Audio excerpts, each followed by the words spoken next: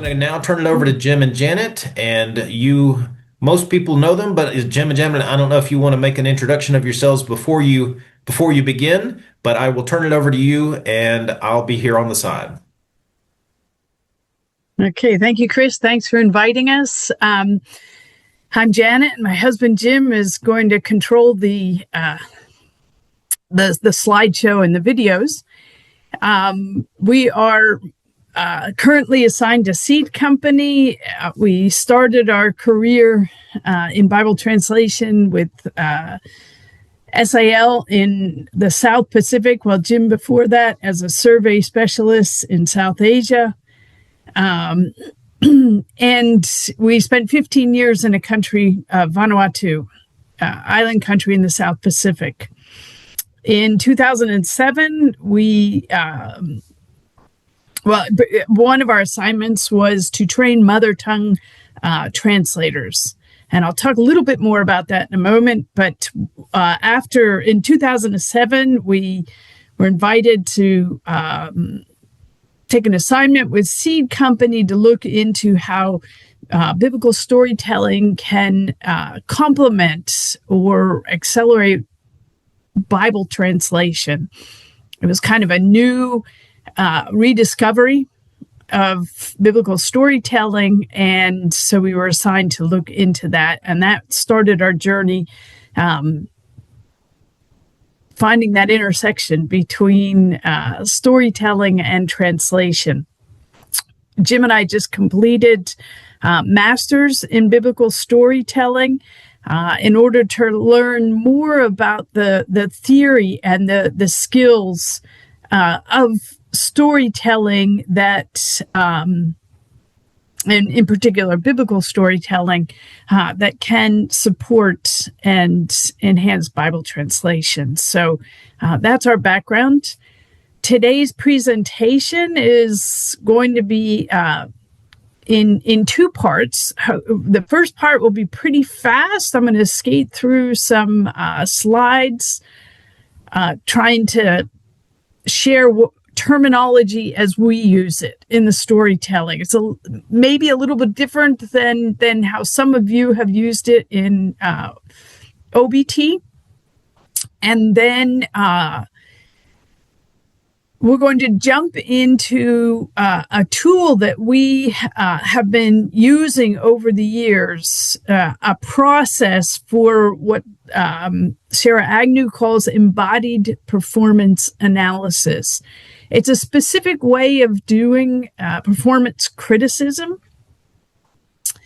And hopefully this tool will give you an idea of how you might use this in the Bible translation work that you all are involved in. It's a way of doing group exegesis, a way of doing community testing. It's a way of encouraging many voices and plumbing those kinds of implicit features that we need to explore in order to understand the impact or to experience the impact of the biblical stories or biblical portions that are going to be translated. So let me skate through this beginning section fairly quickly, and then I will demonstrate a Bible story telling. Unfortunately, we're not together. It's much more dynamic when we're face to face, and we can create that live experience of the story working among us. Second best, we'll watch a video of me telling a short story, and in that time, I will invite you to enter your experiences in the chat. I'll explain how that'll work. And then we're going to walk through the process that I went through using this embodied performance analysis. At the end, hopefully, we will have time for questions and comments. But let's begin. So recently, Jim and I decided to rebrand OBS, which is sort of nondescript and has become generic. We're using the title "Stories That Speak," biblical stories in every voice, and for what we've been developing. Our experience with Bible storytelling came out of working in the Pacific with teams of storytellers. Go ahead, Jim. You can put the objectives up there. Yes, we were working with teams of Bible storytellers or Bible translators in the Pacific, and they were the ones who helped us rediscover the power of oral communication. They were very much oriented towards working in groups.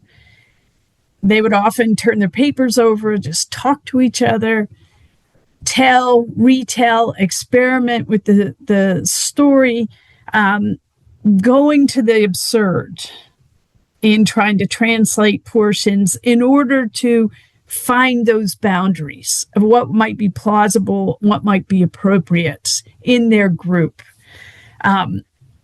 They also showed us just how creative most of us tend to be in face-to-face interaction, oral communication. And for multimodal discussions, the storytelling uses all the 5 modes. Next slide, Jim. So storytelling involves the linguistic, words, how we put words together, the visual, which is a key part of storytelling, this kind of contact between the teller, the narrator, and the audience, and negotiating that experience. The oral, using voice and sound, as well as the words, the gestural, facial expressions, hand motions, body, and spatial, any kind of movement, staging, sort of projecting the eyes in one direction to have that become the focus of what we think about with the story. So we discovered this with the folks in Vanuatu, just how creative they were, how nuanced their speeches their translations could be, using all these 5 modes before they had to put it in print on a page, which was not their first choice in terms of communication. So on a personal level, I learned just how privileged I've been with my formal education background to have experienced, and I'm going to make this artificial because it's not binary, but for description purposes, 2 very different modes of learning. So we all tend to grow up in the experiential mode of learning, where we get input, it triggers an impact in us, and then we start to verify what we understand through that impact. And that's very easy to see with a child who begins experimenting with different kinds of facial expressions, having mimicked them from parents, from family, from interactions, and see what kind of response it gets, categorizing that. If I laugh, they laugh with me. If I cry, they get what I want, whatever it is. And that's a very rich environment, this kind of experiencing communication, using our intuition to respond to it, and then verifying. However, we are taught a very different approach. That approach might be called top down or holistic, whatever label you want to put on it. In our formal education, we're taught a very linear, meaning building approach to learning and incorporating new information and ideas. And this, as we progress through our education, we learn to trust that linear and analytical mode much more than we tend to do the experiential mode. And that may be to our detriment. But I'm not saying one or the other of these is better. I'm not even saying that in real life they are separated. We have access to both of them, all of us who have had formal education, and we intertwine and use them.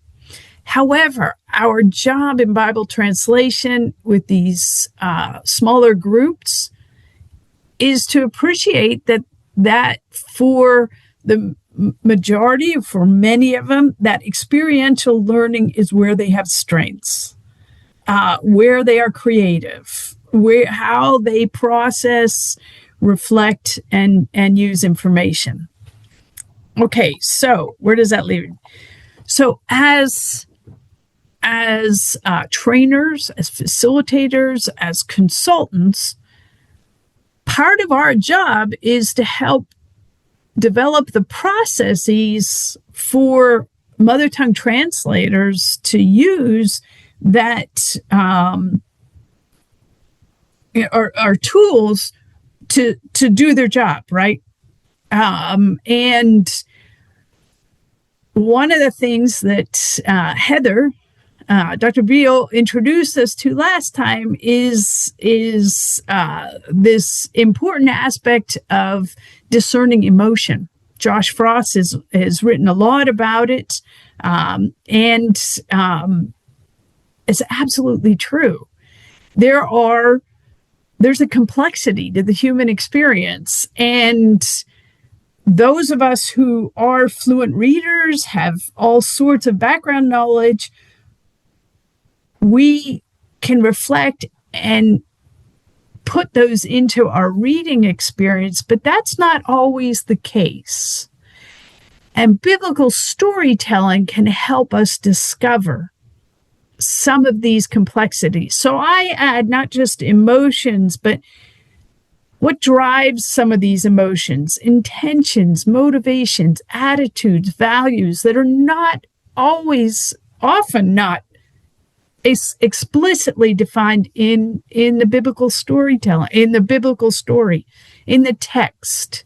How do we find those? What are the tools that we can offer, processes we can offer the people that we're working with, that we're training, so that they have access to this without all the years of formal education that have benefited us? Okay, so we've used three approaches. Jim, you can go to the next slide.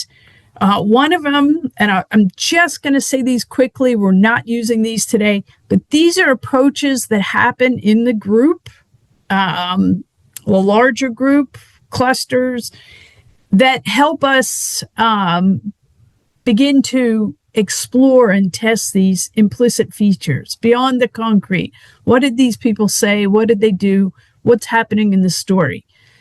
We often use our own stories to help us find our place in the story. So for the story today, we're going to experience Jesus' encounter with the centurion. We might start by discussing, tell us a story of when you moved to a new community, moved to a new place. It may be you went to boarding school. It may be you married and entered into a whole new family network. It may be you moved away to another city, another country. Tell us a story about that experience and talk about it. Beginning to identify with this centurion's position in Capernaum. And in this, we're starting to plumb values, attitudes, background experiences that inform the emotions that we've felt in that. The next tool that we use is identifying roles and responsibilities. We're going to talk quite a bit about this, but what are the roles and the expected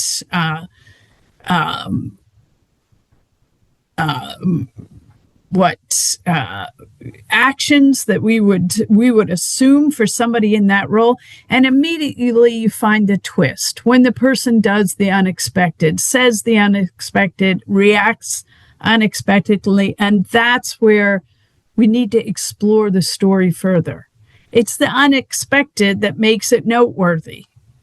There are infinite number of stories that it could have been told about Jesus that had nothing unexpected in them and weren't noteworthy. So we're triggering this identification of the twist. The last one is we discuss relationships. Do these characters have a relationship? Are they building a relationship? Are they in conflict? Are they working together? Are they helping each other, harming each other? And how does that change over the course of the story? And what is driving that change? These kinds of discussions help us see what the original author intended us to focus on in the story. And again, provide rich discussion tools. So those are aside. That happens. But what happens when we start to practice telling the story together? And we'd like to introduce Dr. Sarah Agnew's Embodied Performance Analysis. I encourage you to read the book to get the theoretical background. She does a lot of research on this. She did her work in Edinburgh. She's a Hebrew and a Greek scholar. And in her studies, she actually learned and performed the entire epistle to the Romans. Amazing work. And well worth exploring. But she suggests 3 things to pay attention to. One is, what does our body tell us as we're performing or watching a performance? And explore it. What's the emotional impact that I, as a performer or as the audience, talk about it, explore it. And as we interact with an audience, asking them what they experience, we find out maybe gaps of knowledge, areas that are confusing, and help us reshape the way we tell the story. Maybe adding an introduction to give footnoted background material, context, maybe adding intonation and emphasis in a place where there's the rhetorical devices of repetition or contrasts that are built into the original that need to be highlighted, where there's needed information in order to experience this story better. Now, I went through that rather quickly so that we can actually do this together. Okay, so I think the next slide, Jim, is my telling. I'll give you a few instructions. You'll hear me tell this story. Thank you for listening to my telling. I encourage you to experience the story. Of course, ask you not to read it, but in the chat, offer your experience. What do you think the most important thing is in this Luke chapter 7 section, just 9 verses? Where did you see it in the story? Just add that if you want in the chat, or maybe you want to put the twist, the thing that surprises you, that caught your attention, that jumped out for you as you heard this story.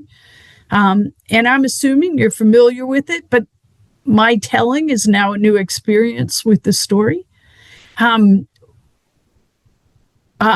Or some kind of image that was profound to you, that spoke to you, and you want to make a comment. These are not personal application lessons. That's kind of a next step. This is working out what's in this story that Luke wanted us to pay attention to. Okay, so I will ask Jim to cue the video, and then we'll give 2 or 3 minutes after it is done for people to enter their comments in the chat. Go ahead, Jim.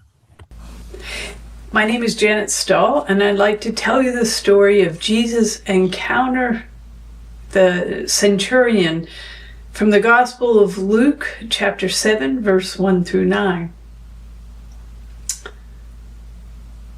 Now, just before this story, Jesus finished giving his vision for the kingdom of God to a large crowd of people. And in this vision of the kingdom of God, he describes how people commit to loving each other, forgiving each other, helping each other, and for trusting God with every aspect of their lives. Right in the center of that speech, Jesus gave the command that those who are part of the kingdom of heaven love everyone. They love not just the people that are easy to love, but they love their enemies. And those who love their enemies are remarkable. And their acts of love are transformative. Then, as the story goes, and as Luke tells us, Jesus headed back to Capernaum. Living in Capernaum at that time was a centurion, a military officer in the Roman occupying force. And he had a servant that he highly valued. But the servant was sick, close to dying. When the centurion heard about Jesus, he sent a delegation of Jewish elders to go and deliver his request to please come and heal his servant. So the Jewish elders went and met Jesus on his way into Capernaum. They delivered the centurion's request, and then they pleaded earnestly with Jesus, saying, "If anyone deserves your help, it's this man. He loves our people. Look, he's built us our synagogue." Jesus agreed, and they headed towards the centurion's house. As they got close to the centurion's house, he sent out a second group, this time friends, to deliver this message. "Sir, don't trouble yourself to come into my house. I don't deserve to have you under my roof. In fact, I don't consider myself worthy to come meet with you face to face.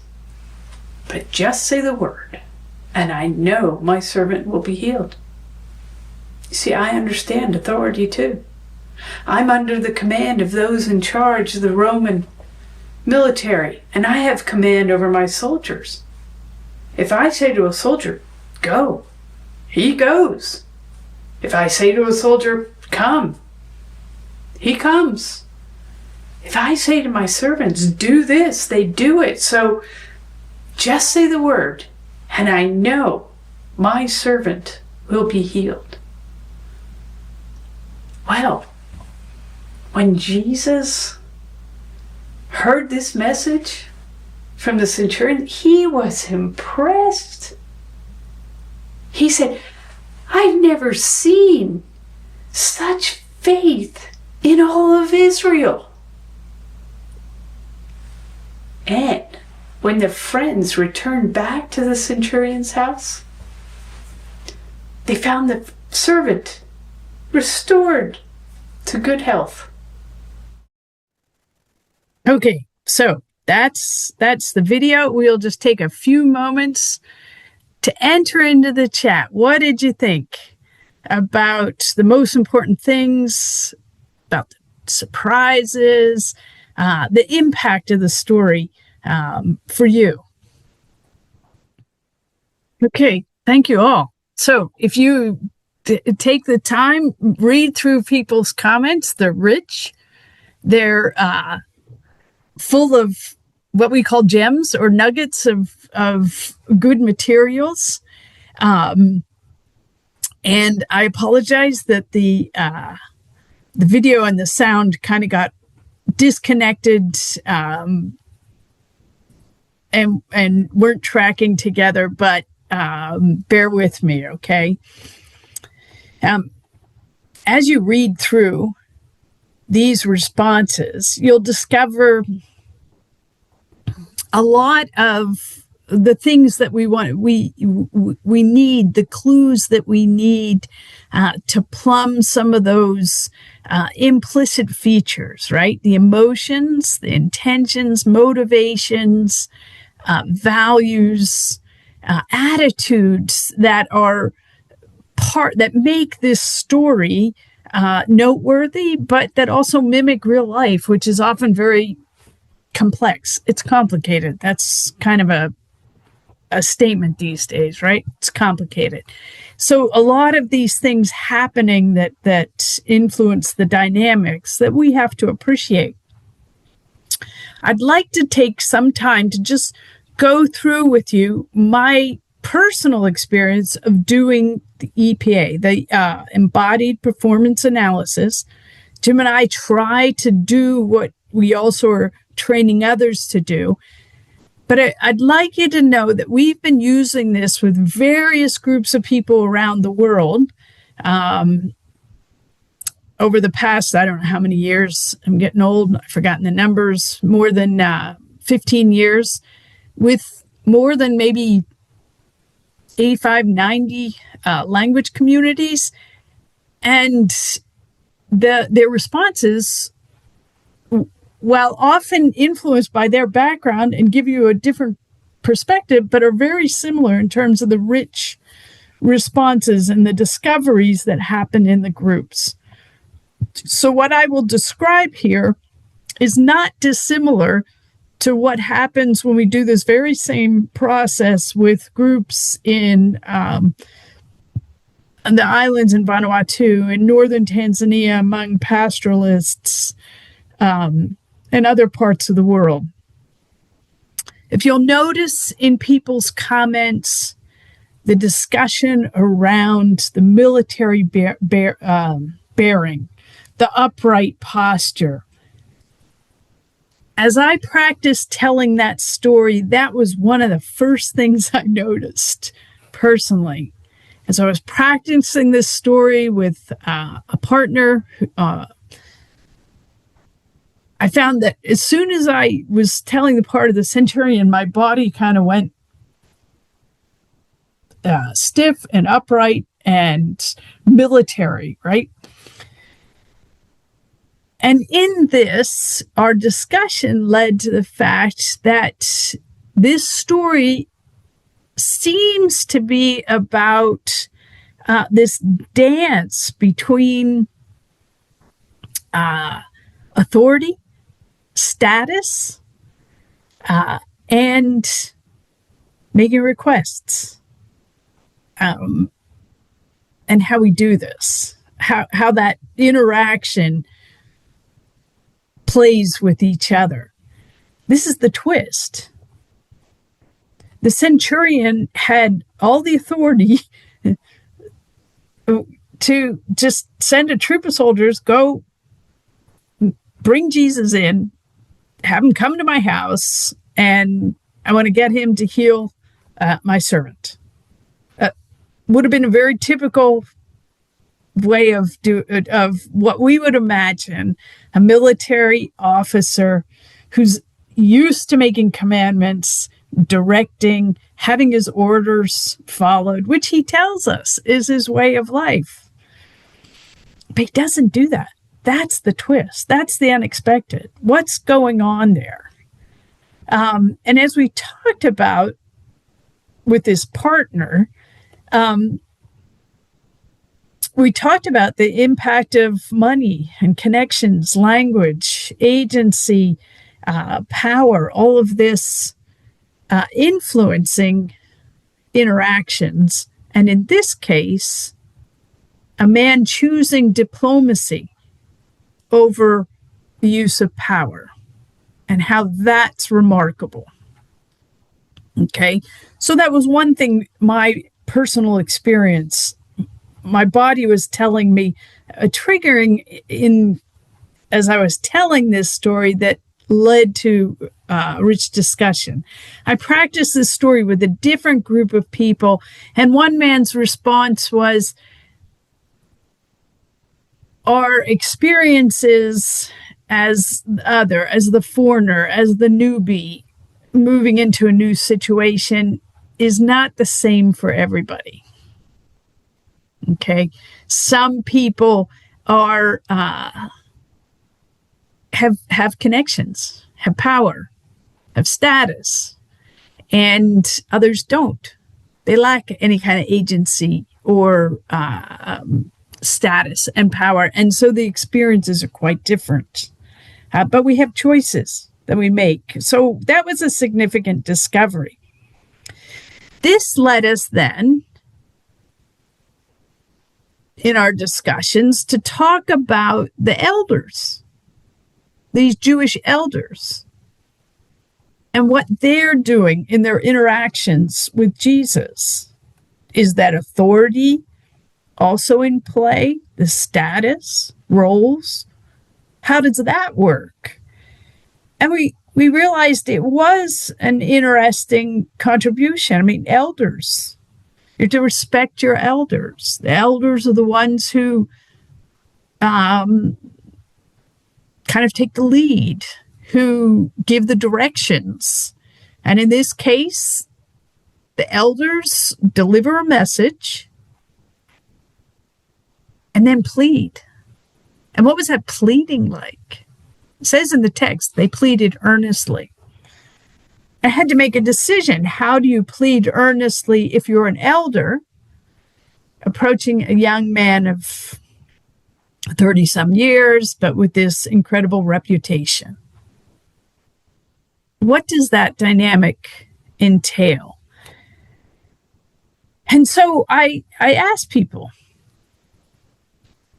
what do they think influenced the pleading, triggered the pleading? What was going on?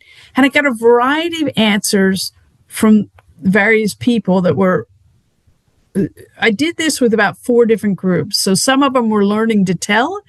Some of them were just using it like a Bible study, a small group. And the responses were quite interesting. One response was that the elders were friendly with the centurion, and they honored him. They were grateful for his acts of love rather than resenting him as an occupying power. Okay, so it was a friendly relationship in that person's mind. Another person said the pleading could have been stimulated by their anxiety because they didn't want to insult the centurion who had the authority and the power to create all sorts of trouble for them. They wanted to avoid any kind of backlash. That's also quite plausible. Someone else said they were appreciative of this particular centurion who had blessed them, was friendly, and they didn't want anything to rock the boat with the Romans, who might then transfer him out of there and put a different centurion in who might be harsh and hostile to them and very much the oppressor. All of these are plausible. All of these could be at work in this interaction, because it's a group of elders, not just one. And as soon as you have a group, you've got a variety of intentions, motivations, backgrounds. I did this again with another group, and one brave soul or one person spoke up and said, well, why would these elders think that Jesus wouldn't go to the centurion's house? What was going on there? Why did they feel like they had to plead with him when this is a man who has a reputation of healing all sorts of people, of having that kind of compassion towards those who are sick? And before I could say anything, somebody offered the cultural information that the laws of purity at that time dictated that a Jewish person wasn't to enter a Gentile's house because in that process they could become unclean, and then they would have to go through the rituals of purity to become clean once again. And so it was asking a lot of Jesus to actually enter into this Gentile's home and to interact with the servant, who we don't know is Jewish or not Jewish. We don't know. The Luke doesn't tell us. And so they're wanting to persuade him to overcome that possible resistance of defiling himself, whether it was needed or it was not. But they thought that that's what might inform some of this pleading. Again, all these options are plausible and could be driving this particular interaction. And I had to choose how I was going to tell this, both respecting the position of the elders, but also their earnestness. And so I chose kind of a pleading, but not obsequious, not a begging, not a bowing or kind of dripping with too much emotional begging is the word I want to put in there. But all of these discussions help me to think through this dynamic. Okay, so we've got the body response and some of the emotional analysis that we do through discussions. So let me go on. So there was one more body response that caught me by surprise. When Jesus heads to the centurion's house, and the second group of friends this time comes out and delivers the message like, don't come underneath don't come inside. I found personally that my intuitive response was it kind of got my back up. Like, it's like, really? Like, Jesus is going all out of his way. He's just had an exhausting day. He's just coming home. He comes at your request and you don't let him in the house? Now, of course, that's not Jesus' response. That's my response.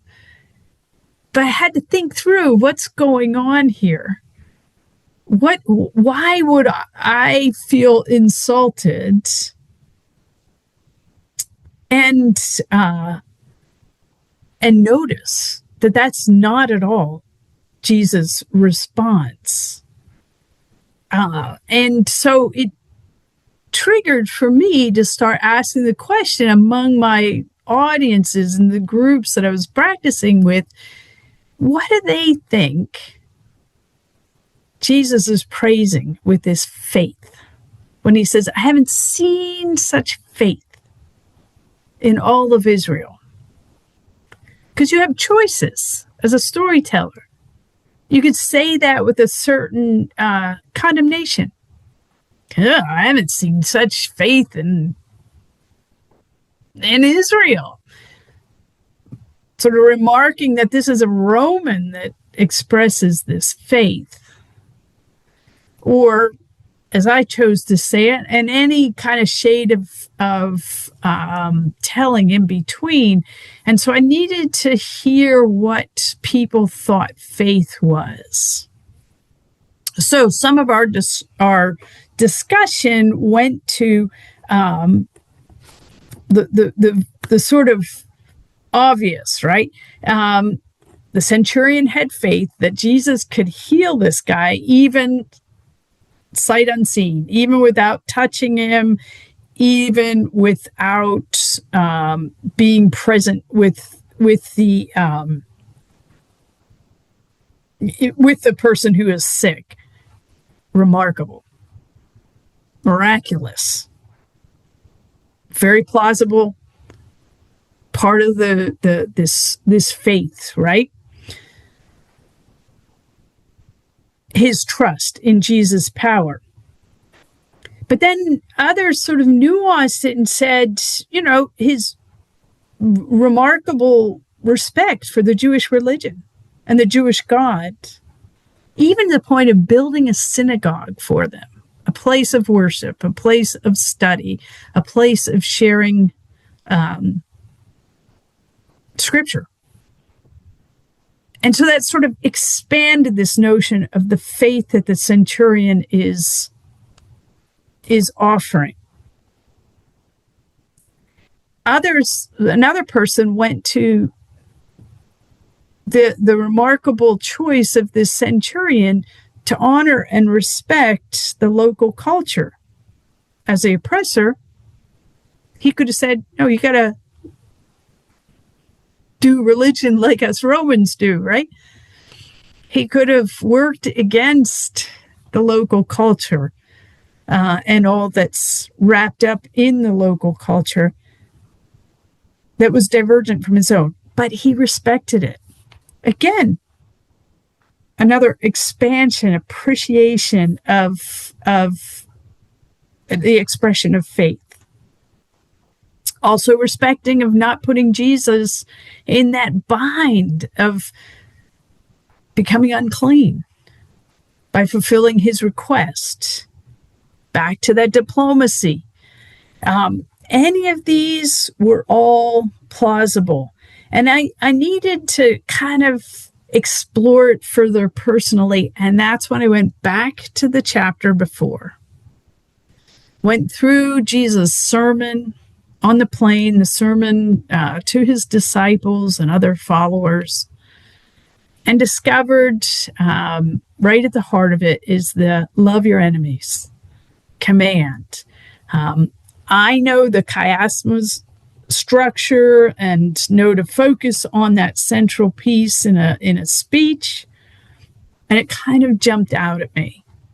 Is this Jesus celebrating a display of what he was just encouraging people to do? Look what happens when we live into the kingdom of God, when we even love our enemies.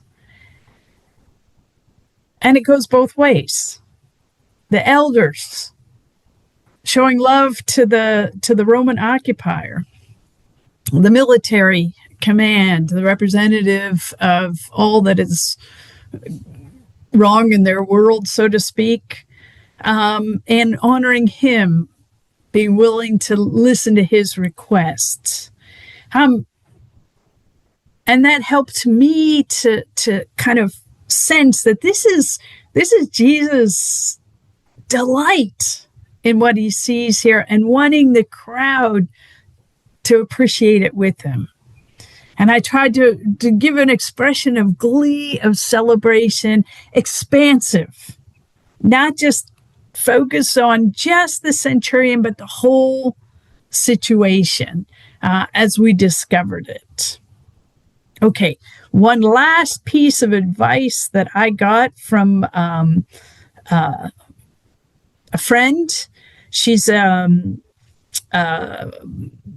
assistant pastor in the Midwest. She's a Black woman, married to a man from the Ivory Coast. And when I first told the story to her, I used the term slave. And she very kindly explained to me that there's so much baggage with that word slave that it took her in a different direction with this story, and that she had to kind of come back and ask me to tell it again and experience the story for what was in focus, and think of the servant as what we call flat character. It's a character that's not developed well. We don't hear from the servant. We don't get background information of the servant. But it's a character inserted in the story so that the plot line works, right?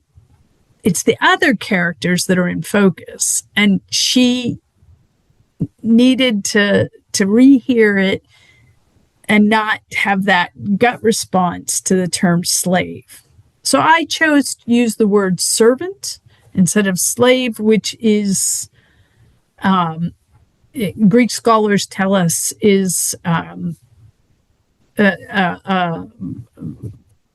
accurate use of that term.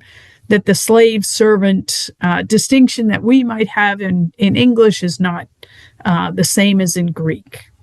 Okay, that's my experience with the EPA. This is what we try to instigate and to the process that we train the people we're working with to go through, to experience, to note the impact in these various areas, both in the teller, the audience, as a group, and to explore it further. What are the hints? What are the roles and responsibilities predict that are not necessarily met? What are the relationships and what's happening in this relationship? To think through the plausible motivations and test them. Try it, practice it, and see. It's that I wanted to show this and display this, see how this works, because I think it's maybe a more convincing approach than just giving you the theory of it. And also give you the testimony that it has been working very well for us. Now, Jim and I wouldn't say that carrying this over to Bible translation, that it is likely to do this with every piece that is being translated. But this kind of tool, as it is acquired, it becomes easier, right? Groups work together. In